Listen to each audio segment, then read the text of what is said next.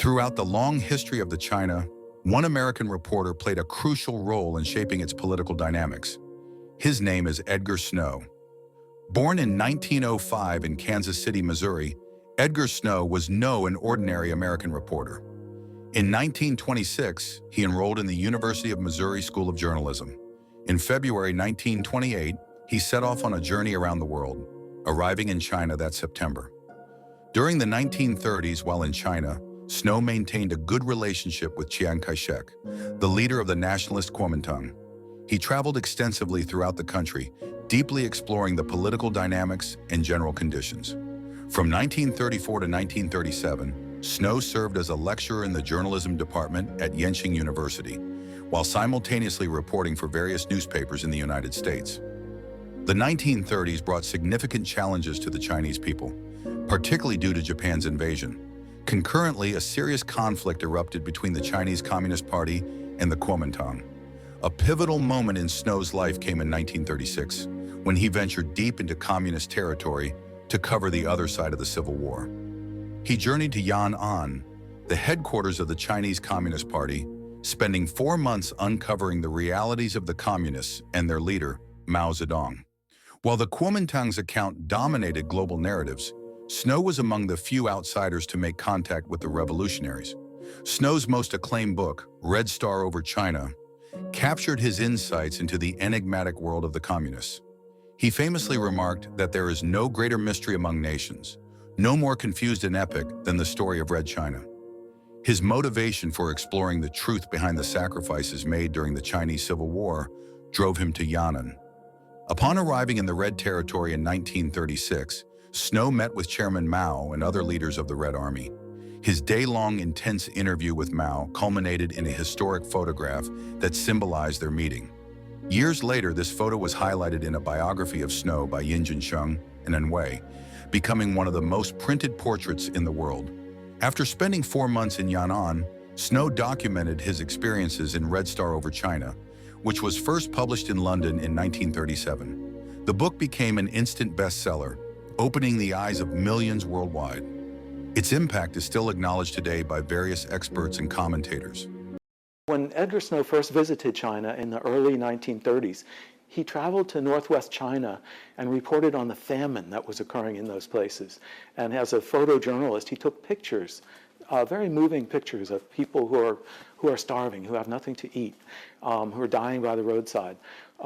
And so Edgar Snow himself was keenly aware of the lack of development, the way that China was just a very poor, very impoverished country under really bad leadership at that time. And he understood how that led to a revolutionary situation.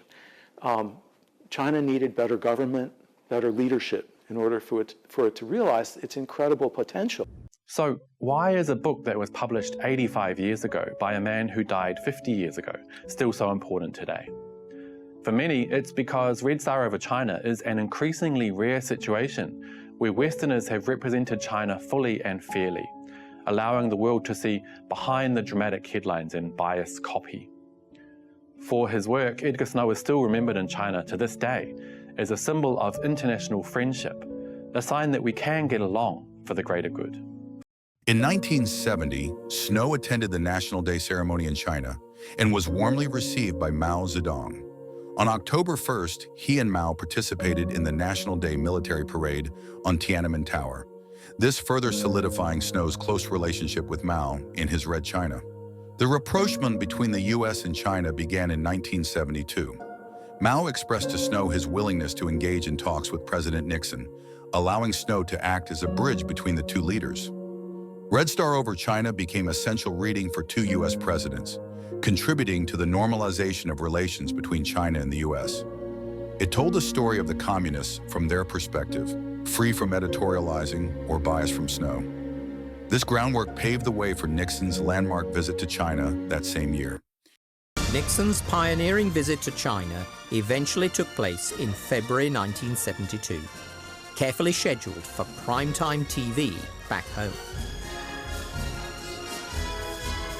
Just to be sure that Kissinger did not muscle in on the photo opportunity of Nixon's grand arrival, burly Secret Service aides blocked the aisle of Air Force One as the president and his wife walked down the steps and into history.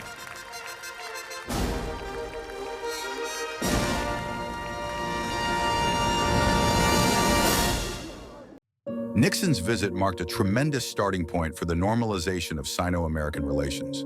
Snow's writings were indispensable, shaping the CCP's image to the world and serving as a vital link between two nations. Throughout his life, his interviews, meetings, and discussions with leaders like Mao, Roosevelt, and Nixon stand as testament to his significant contributions to improving Sino-American relations. Edgar Snow's legacy continues to resonate, reminding us of the power of journalism to bridge divides and foster understanding between cultures. Snow eventually died in Geneva, Switzerland in 1972. To honor his last wish, part of his ashes were buried in a tomb situated across the Weiming Lake in Peking University. The epitaph on his tombstone, carved in both English and Chinese, reads, "Edgar Snow, American friend of the Chinese people."